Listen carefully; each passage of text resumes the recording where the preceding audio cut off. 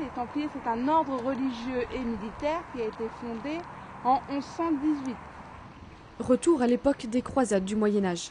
Nous sommes à la commanderie des Templiers de la Ville-Dieu à Elancourt.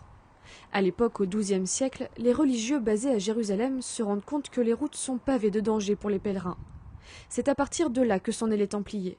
Ce sont eux qui vont défendre les routes menant jusqu'à la ville sainte et c'est ici, dans les commanderies, qu'ils se forment à l'art de la guerre. Les Templiers sont des chevaliers et on ne les envoyait pas combattre en Orient tant qu'ils n'étaient pas formés. Et ici, vous pouviez être formé à l'art de la guerre, notamment l'art équestre.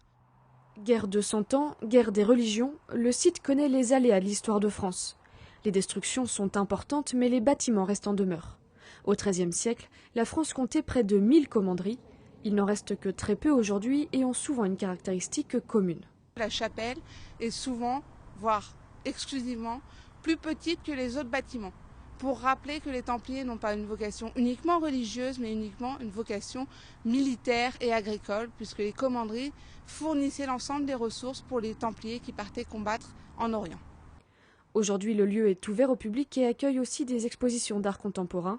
Patrice est voisin depuis des années. Pour la première fois, il a visité la chapelle.